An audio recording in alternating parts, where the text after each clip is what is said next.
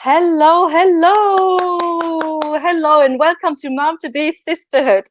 I am so excited to have you here at this series of Two Women and One Mission. Now, we have had this series the whole month of October, and because I had so many people that wanted to come here and talk to you about their experience and what they do and how they support pregnant women, I have extended it to the whole month of November. So here we are in November and still going on with Two Women and One Mission series. So I'm very excited today, as you can hear, most probably. Today I have a very special guest speaker. I know this is the series of Two Women, One Mission. However, I am including in Mom to Be Sisterhood the dad to be as well. And the reason being is COVID-19 has created further stress for the dads to be as well, because they are not allowed to be part of the appointments. Some of them are even missing the birth of their babies. So it's becoming more and more challenging for the dads to be as well. And I thought, why don't I invite a very dear friend of mine to come into Mom to Be Sisterhood and talk about his experience of becoming a dad. And although it wasn't during COVID, he's now second time dad, so he has a lot of experience and can share a lot of his journey and support you dad to be. Although it wasn't during COVID, I was saying, it's still very good to understand as a very new dad how it feels to be in that new territory of becoming a dad and looking after a little beautiful baby and after the wife as well, because very often us pregnant women and then new moms need the support and the strength from our partners. So let me just introduce you to the wonderful Marvin Grinion. So I am working on my phone today, so please be patient with me. My computer has decided to restart and update in the last 2 hours. So just bear with me for a second, and I'm going to have our wonderful guest speaker with us. So I'm already going to the wrong place, and here we go. Yay! Hi, Marvin. Hi, Shirley, for having me today. It's such a pleasure to have you here in the series of Two Women, One Mission. It's fantastic that you just said, you know what, I don't care about the title, I'm going to be there. Because I've received questions like, Shirley, you say Two Women, One Mission, and there is a picture of a man. I'm like, look, people that are following me, they do know. People that are not following me, they're going to ask questions and hopefully join us. So how are you today, Marvin? Oh, not bad. You know, not today. I mean, it was a bit chilly this morning, but it's a bit warmer today, and you know, everyone's doing well. So that. So yeah, I'm doing well. Fantastic. I'm so happy to hear that. Yeah. Now, what I would like to tell to our audience is that you have been so very kind in sharing your experience of becoming a dad with and writing your story for the Mom to Be Sisterhood website. So whoever has not read it yet, go there and read the story, because Marvin has put so much thought into it to really think about how can you, as a new dad, profit from his time and effort in writing it actually down. And yeah, I mean, before I ask you a little bit more questions about it, why don't you share a little bit about why can you hear me? Yeah, I can. Oh, okay, because I see that everything is stuck there. So for those people that haven't read it yet, tell us a little bit about your story, how you felt becoming a dad. And well, for me, reading your story, I thought, like, this is the dream partner of every woman. So tell us a little bit more. Yeah, I mean, I mean, the experience in as I wrote, the experience fold. When we found out that my wife was having a baby, there was the sense of elation. There was a sense of, but for myself, there was the sense of anxiety. There's the oh my gosh, I'm about to become parents. We're about to become first time parents. Can we, asking all the questions, will I be, a good parent? Will I be the best parents possible? Will I, how will I be able to, navigate, do certain things, all that questions. And that's, how my mind really works, it keeps thinking. Yeah. So, I'm internalizing all that. And to be honest, I didn't even express this to my wife at the time. It was more like just okay, she's pregnant. We're happy. All right, let's putting stuff in place to ensure that when the baby comes, we're comforted, and we're in a good place. But there was the sense of oh man, let's hope that everything goes well, and in the end, it worked out. And I guess looking back on it, it's good that sense of anxiety because Mm-hmm. I would say that it's like anything else, anything else that you do in life, that there's that natural anxiety, whether you're going to perform, whether it's a job, there's that sense of anxiety, and naturally you'll have that sense, and it shows you that you're thinking of as much possible, instances as possible. So it gives you that of all right, I'm trying to think of all possible cases. So, me trying to be prepared as much as possible. And it was just it for me, just ensuring that we were prepared, as first time parents, and what basically what happened from there was speaking with other parents, of course, speaking with to my mom, expressing, just hey, come first time parents, any advice, friends who were already parents, any advice, you just listen, and it's just basically, just all that information. And when that time comes, because everybody's situation is unique, is It is. you know Mm-hmm.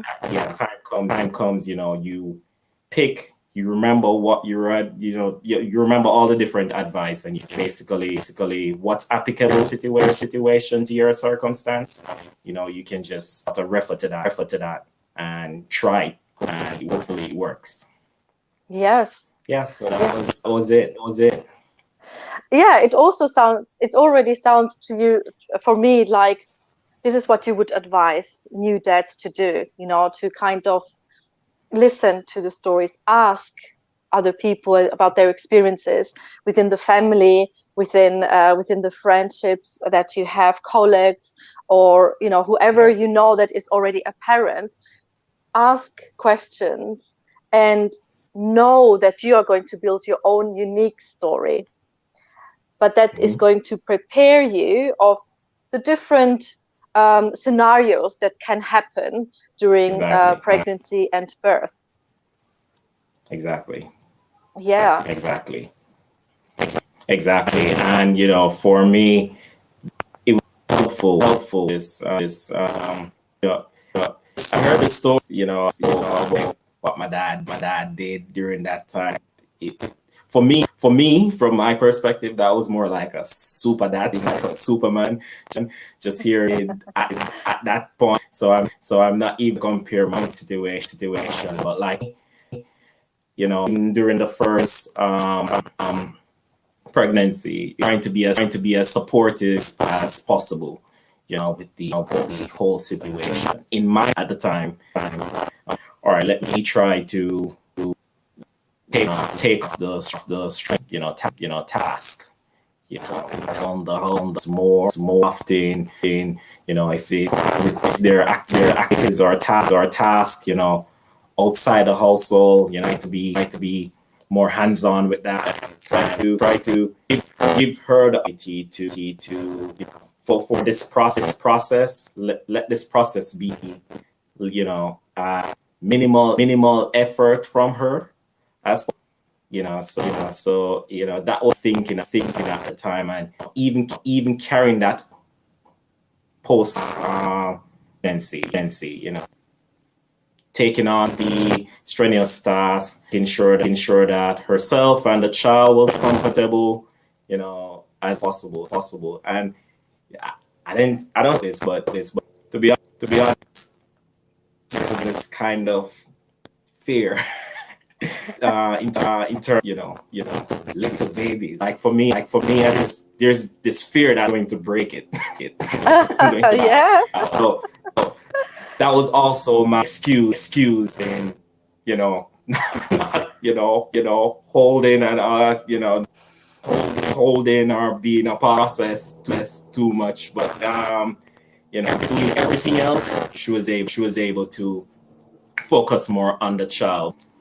After a while, you know, back real situation, I realized that wasn't the best approach, because in the end, my input, my involvement is also so just focusing on the other task is not ideal, and my involvement would have been key, is key, or is essential in the child's life. So it took me, for the record, I think it was 6 months after the first child before I change a nappy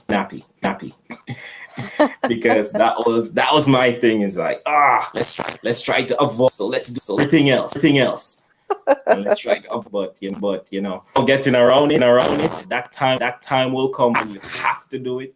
So it's just a matter of standing, with yourself, and be like, all right, this is what needs to be done. Done. Now, this is what I love about your story, that you have put so much thought into how you can support your wife through the process of pregnancy, birth, and also when she was then a new mom. And as a woman, I can tell you that it is overwhelming as well. And it is so good to hear your story, that you were so what is the word, active, so active in thinking about how you can help, and you actually did it. And that is what makes you really the perfect partner, to to not Yeah. have to voice you as a woman, to say like, look, this is what I need, and because for men often it is really difficult to relate and to really put your thoughts in it, because you're so involved with your own worries about keeping your job, having the financial resources for your wife and your baby, because obviously women go then to maternity leave and have less pay. Obviously it does depend in which country you live, how much less you're going to have. But of course, as a family, you will have financial stresses. So for the man, it's really difficult, from what I hear in the different stories, it's really difficult to think of that emotional part of things. And I just love the fact that you have been so very thoughtful. I know you have also written in the story that you were not quite sure how your wife felt, and especially during labor, labor and birth, she had certain Yeah. moments where she wasn't very happy with you. Yeah. But I Yeah. love the fact that you then turn it around and you say, hey, I have no idea how it feels. I have no idea how much pain that is. I can just tell it's very painful. So let me just be kind to her, not take it personally, and just leave it to it. So it's just very inspiring. Yeah. That was a funny moment. Like, it was almost like out of a movie.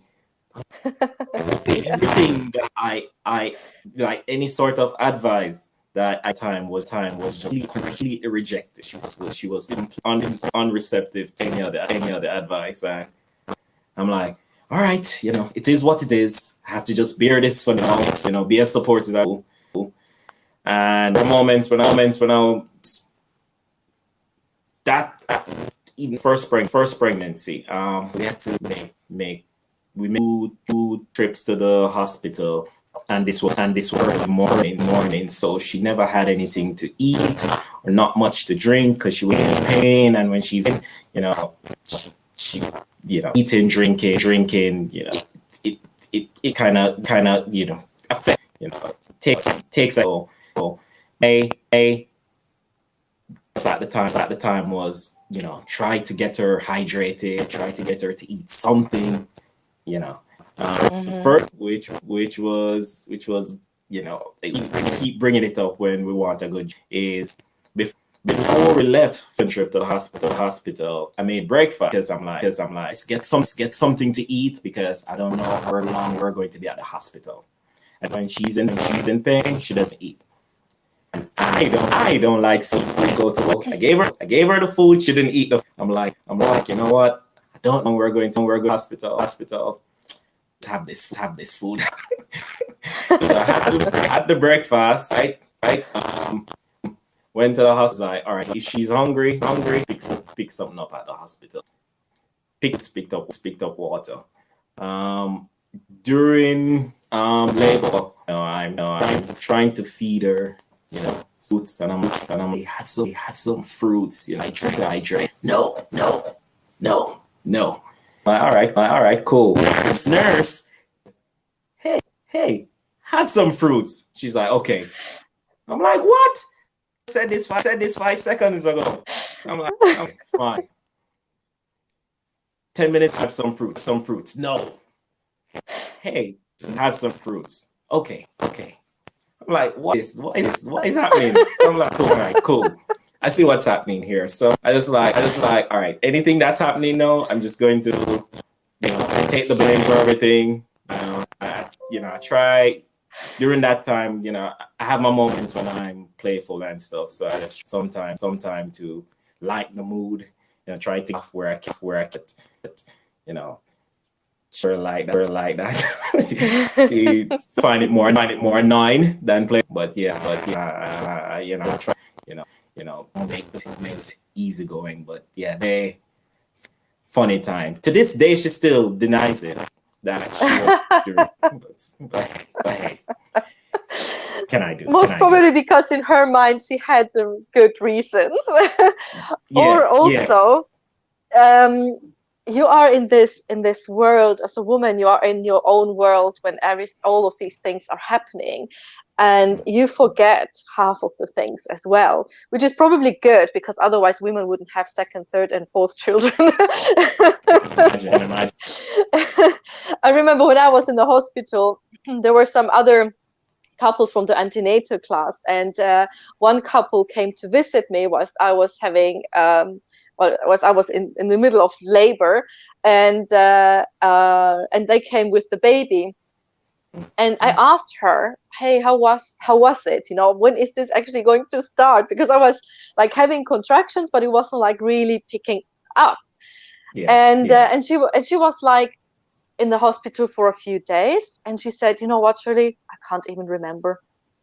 I'm like, what? So that I really can't remember.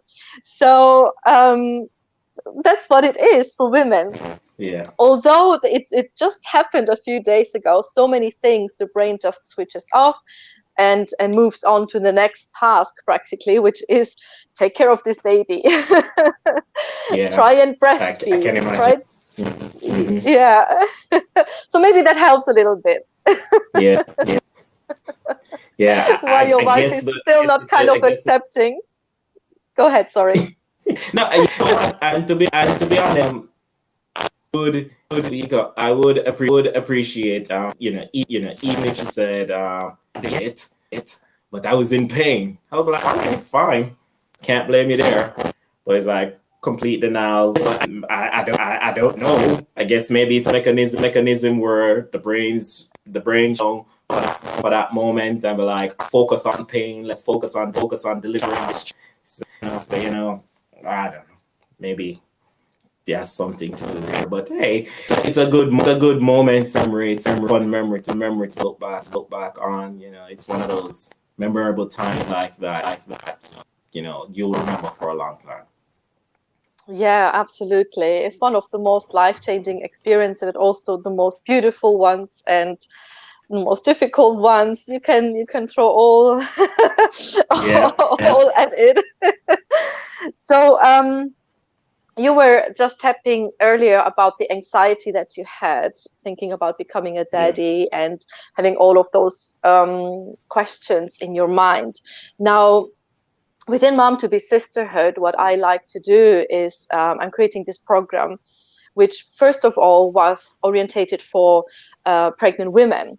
But then working towards it, I realized, hey, hold on a second. We have the daddies as well. And it is so important for the couple to work together and prepare both together for the arrival of the baby. Because once the baby is here, the relationship changes. You are both parents. The circumstances are different. You concentrate so much on this little munchkin that you might forget the couple. So to be husband and wife as well, or in this relationship, married or not married, but you're a mom and a daddy, and that's what you focus on, not anymore on the couple. So within Mom to Be Sisterhood, I like to invite the daddies a few times throughout the program to have that conversation, an open conversation, either one-to-one or in the group environment.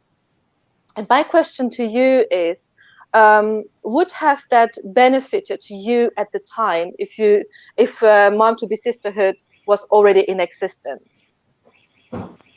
No, definitely would help. Journey. I think what happened for me, I know I tapped into a higher level of self-awareness. You're trying to understand, how I commit to the kid, certain personality traits that I may have to the table, like whether they're conducive to education, where they may cause to I relate to them, you know it's good, and the thing about it, you have to figure this out during the journey, right? And if something of that nature, a forum, allow new fathers to hear from more tenured fathers, dads who were for a while, even new kids. I guess expecting dads and new dads can relate more because they're pretty close, right? But having that forum, you're able to pass on the different pass on different experience, pass on the different self awareness, the different things that you identify during the journey, and it will definitely help new fathers or expecting fathers during this process, is as there is and I'm not without saying I'm not taken away from mothers, but as men there is that expectation to our role, in the house, society, and sometimes there's like that innate, like, this is what I need to have done. This is what I need to do.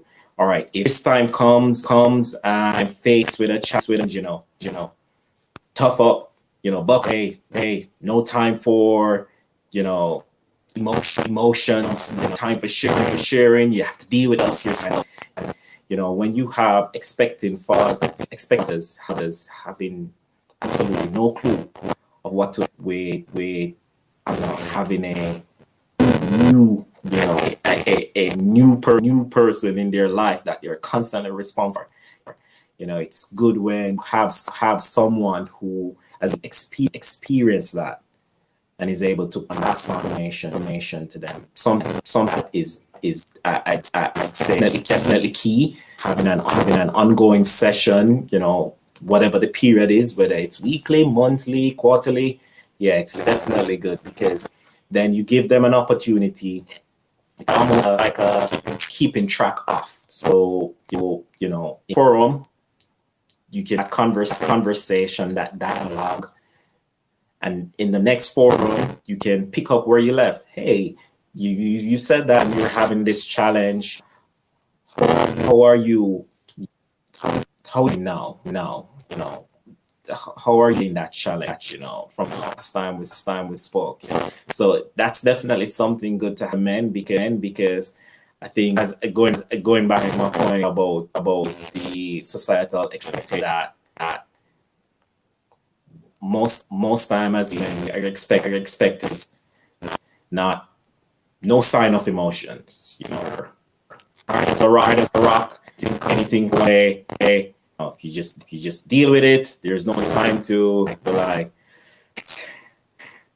I need to just time where I can to my speak to my spouse, you know get them look up, deal with this stuff, and forums like these really help individuals to like, hey, you don't have to go that road. No one's expecting you truly be a fan. We all have those moments. I had those moments, and during that, I recognize of. So it definitely would have helped me during my time. During since my first child, that a forum like that will definitely. Yeah, I'm so glad to hear that. Um, because yeah, that's obviously for me, for what I see around me, for what I hear around me, is something that I thought, hey, that can be very, very helpful, and it's fantastic to have that feedback from you as a two times dad. Yeah. And I really appreciate yeah, your feedback on this, and how it can look like.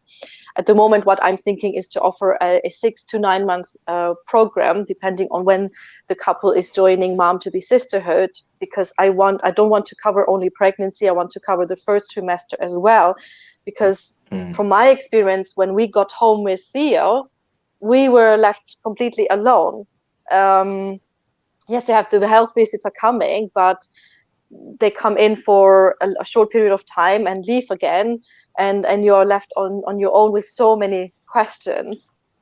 And Yeah. I just thought, we do need to help that process, or that transition from being pregnant and expecting that baby to actually baby being here, and also to touch base again with the father and see, hey, how are you getting on, and how can we from Mom to be Sisterhood support you, and how can your partner support you, because it's again always about the couple. If the couple is happy, the baby is happy. If mommy is happy, baby is happy. If daddy is happy, baby is happy. So it's all about like Yeah. creating that obviously it can't be 100% like that. Life is as it is, right? Things do happen, but I want to make that transition as easy as possible. And it does start with the pregnancy, to build that communication, and to make daddies open up with their emotions, as you were saying. Daddies are almost expected not to have emotions, stiff upper lip. That's what we say in the Yeah. UK, right? And it Yeah. doesn't have to be like that. Let's create a space where daddies can express their emotions, and exchange that with the other daddies and with the partner as well, so that then there is a collaboration. So yeah, I'm very glad to hear that it would have been helpful for you. Shame it wasn't there at the time. Yeah, right. They say that sometimes experiences teach us deep, and sometimes, someone advising you or expressing their comment or their experience, sometimes doesn't really hit exactly like experiencing it yourself, going through that. And there were some challenging times, challenging times. From our previous where we're from company. Well, what happened there? That was a moment where it was shortly after. That was 6 months. 6 months. That was when my first child was 6 months old, and that was a challenge. And probably just to say it was being unemployed for almost a year, right? That was the moment where a lot of self awareness. There was a period where reevaluating life on a whole, right? And in that time, a, a, the period where just me being someone who inter a lot. At the time, my thing was don't project the rest of the household. Whatever I'm going through, do not project.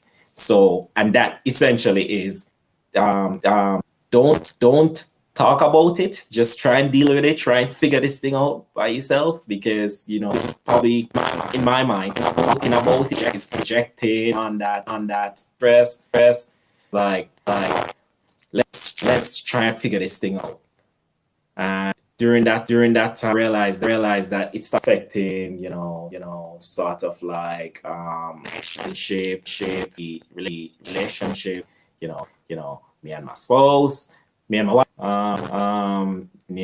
just not taking the moment to really enjoy what's happening right before me, because I was most on the what ifs, instead of really focusing on, hey, we have no, we're here now, let's make the best of it. And at the same time, it's not saying that you completely disregard reality, but focus on what's right with you.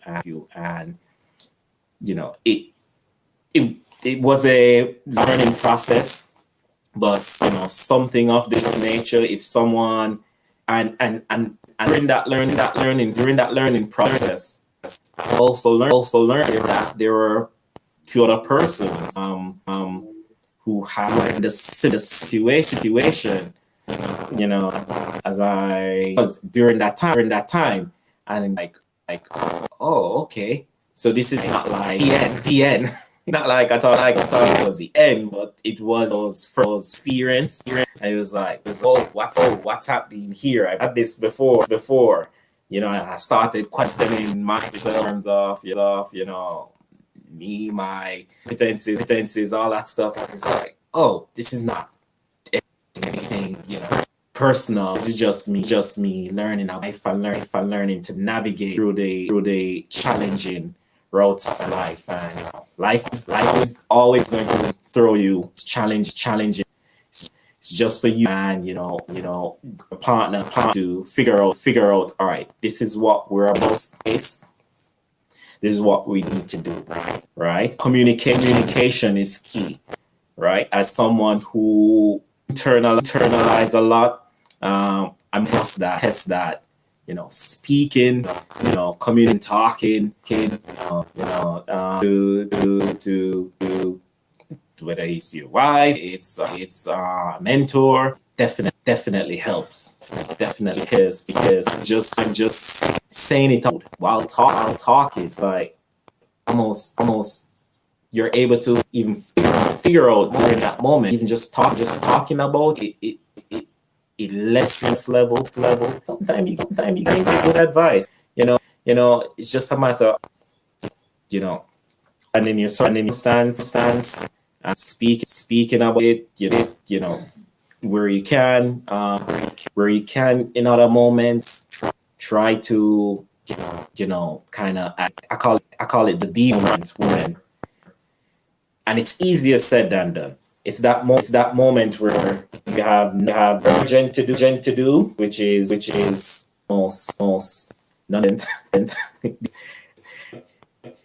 Moment by just not think about any, clear your mind, defrag, and reboot and start again. I've done that numbers, and I realized that has my concentration level that I need to you know start looking on things. They have a better foresight in terms of how to navigate during challenging times. So having that as an experience, and being able to express that to someone, that hey, challenging times will come, but it doesn't mean it's the end. And can you will admit, right? It doesn't happen within your time, within your patient. I think that was my biggest issue, because things weren't rising when I wanted it to. Right. It was in my head. I was like, oh, child. And I was like, hey, this is not happening. No, I need it to happen now. But it doesn't necessarily work like that in life. And I think once you sort of understand that, then it helps moving forward. Absolutely, yes. Um, Let me just tell the audience that they are free to write any questions that they might have. I should have mentioned it earlier. I was now thinking like, hey, maybe there are some questions coming up for you guys. So just write them in the comments so that we can ask Marvin. We are going to have him another few minutes. I can't believe that we are already over half an hour. There is so much that we can share when we become parents, and how we deal with the different challenges. And it's really about how do you deal with those challenges that come up. And life still happens whilst you become a parent, during pregnancy, after pregnancy, when you have the babies, when they are grown up. So you're going to have always challenges within the family, in the sense of, as the kids grow, you also have to adapt to them, which you don't necessarily think about it. And then, as I said, life happens, like us not having a job exactly when we most needed it to have. And in my family and in my husband's family, we had lots of family members that just were dropping around as like someone that all of a sudden had an illness and died, or heart attack and died. So we had to deal with that during my first pregnancy. So it's all about how are you dealing with it with yourself, how are you dealing with it as a couple, because it is also so very important to be able to deal with it as a couple, because otherwise you just go two different ways, and you do need to connect then again once you have the baby, because the baby needs both of you, and it is just easier if you from the start are connected, even whilst these challenges are thrown at you. Yes. So this is a bit like my thoughts on this. When you go through the challenges. I absolutely agree. And off that, in those times, it's usually during those times where you tend to start because self-aware. I think I mentioned this a few times before, becoming more self-aware. And for myself, I use the opposite, understand more on certain what do they call it competencies and personality traits, like my patience. And I consider as someone who has a fear tolerance, but dealing with kids definitely test your tolerance level. Right? Absolutely. It does. So I had to basically tap into that higher level of understanding, firstly, understand that kids, they're infants, right? And motion, right? They're just instinctive in terms of gentle. Mm-hmm. They're sad, let you know they're sad, right? It doesn't necessarily fall within social structure that we're currently, that we're as an like, right? We learn that, because you're sad doesn't mean you can hold that sad feeling. No, because of that you're in, because of the environment you're in. You're more like, hey, I'm sad, I'm going to express it. I'm happy, I'm going to express it. So that, I took um something to adjust to that. There's also the communication aspect where, for me, it was a matter of understand how I communicate to them, understanding that they're infants, effective communication, right, Mm-hmm. as it's key, and patience and communication goes hand in hand, right? And it's important that you understand that, they're kids. They'll ask a lot of questions, like firstborn. He's in the why phase. Every he said, why, My son is in the no phase. Everything the is like no. no. Even if I say, hey, do you want an ice cream? No, which is not really ice cream. I call it ice cream, but it's usually like a yogurt, a frozen yogurt that I do at home. And he's like, no. And then he thinks about it. He's like, no, actually, I do want it. So your son is in the why phase. My son is in the no phase. Yeah, yeah. Again, he'll throw off no, because Yeah. he's done it times. But yeah, definitely in the why phase no. And for me, I think, as sometimes as parents, we may get annoyed with that, because it's like, oh, geez, you're questioning everything. But Yeah. it's understanding that they're learning. This is how, right? Sometimes they just do it out of jerk reaction. It has now become a habit, so Mm-hmm. they'll just say why, and then real they don't even realize that they're actually asking why. But Yes, it's absolutely. always, I always remind myself, this is him learning. So So we're giving we tips on ask. on parents that I was going Yeah, into yeah, German for some reason. Eltern, parents. yeah, yeah, So yeah, we're here giving already advice to parents. So not to dads yeah, to be and pregnant women, but yeah, we can yeah, share so much yeah, yeah, about what it means to be a dad or a mom. And I have yeah, studied yeah, child childminder because I was opening my home nursery when COVID happened and I could close my yeah, doors yeah, again. But what it taught me is really what it means, child development, how the brain develops. And I almost think that every parent should go through a course like that, because it's easy for us to forget that kids are kids. When they are like 2 3 years old, they're already acting like grown-ups, but they are not grown-ups yet. And you just think yeah, like, but you know this, I've told you, and why are you doing this? I told you not to. And can't you see the consequence? Well, no, can't. What they do is they are learning by repetition. So they're throwing something on the floor, for example, and they just look the effect of it, and they are going to throw it over and over again until they understand, okay, that's the effect, and I shall not do that. yeah, Or exactly. the why face or the no face. So it's so important. And babies cannot communicate verbally, they will communicate differently. So it's so important to actually understand that and go into the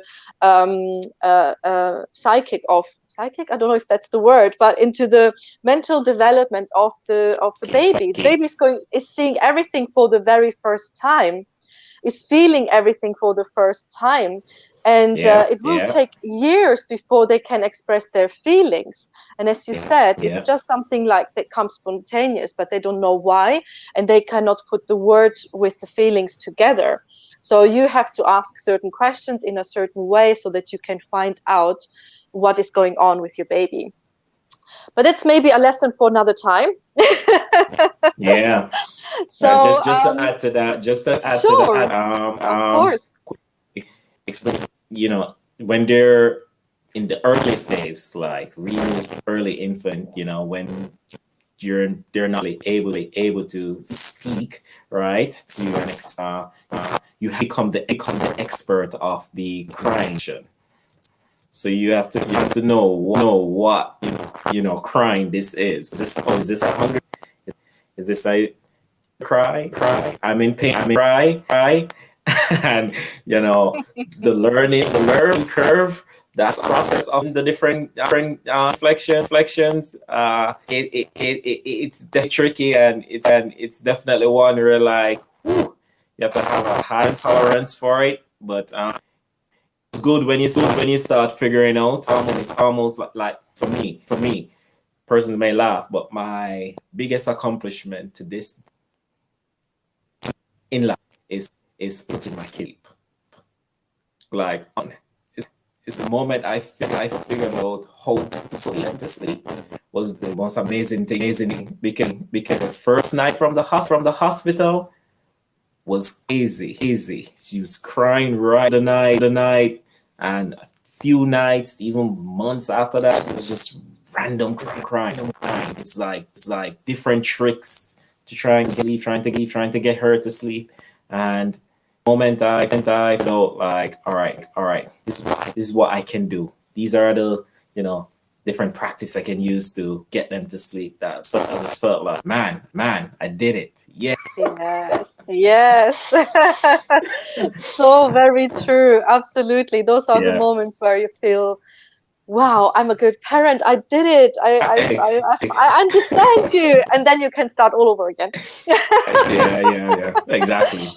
also, what I had to learn is that just because I just changed a nappy or I just finished to feed him, it doesn't mean that it's done. It means like I just have to try again. Maybe it's again that I have to change another nappy. Maybe the baby is Yeah, hungry again because they have a very small belly, so they are going to eat more often. And I think like, hey, you just ate, but actually, they're still hungry or even thirsty. They have. I mean, I was breastfeeding for almost 2 years, so. Uh, they drink Theo drinks the milk even if he's thirsty, so he might have just eaten. It's the same thing, but for him is, yeah, I'm not hungry anymore, but now I'm thirsty, mommy. So it's about like going through those processes again. Sleep, changing nappy, and feeding. This is really what a baby needs, so just go over it again and again and again. yeah. Obviously can Where be it other becomes things as routine. well if the child is crying for a long time. But these Yeah, are really like the standard needs of every baby. Fantastic. yeah. Marvin, thank you so very much. I would love to continue talking to you. I'm sure we could cover like 2 hours of, of material here. Yeah, But I do it want was to thank definitely you. good. Yeah, I just wanted to also mention that you said when I asked you if you wanted to come and talk about your experience or write about it, that for you it was very beneficial because you sat down and actually put it into words. So what you Yeah, were feeling and what the process was for you. So I just want to say to the parents that are listening to us, or especially to the dads, Marion found it very, very beneficial to write about this experience. So maybe it would be a good idea for you to do that as well, just so that you can, um, yeah, process it yeah, and think about it rather than just jumping into the new role and going for it, day after day. Um, so yeah, we might want to talk about this another time. But I just wanted to yeah, throw it in there for the dads that are listening to us, as a suggestion, because you found yeah, it very beneficial and you said it was worth taking the time to do it. So thank you very, very, very much again for having joined us here at Mom to Be Sisterhood. with the Two Women and One Mission series. Very, very special guest to have a daddy. Yeah, And yeah. Thank you. yes, thank you so very much, Marvin. So I'm going to see you guys next week. Next week, Friday, 4 p.m. We are going to have a baby sleep and baby development expert. So we are going into the fourth trimester here and beyond, of course. And this is going to be the lovely Kylie Etz. She's a fantastic, wonderful lady from overseas. So we are going to have visitors from overseas. From Canada, and yeah, you will enjoy that session as well. It is going to be a recorded session, just to give you a heads up.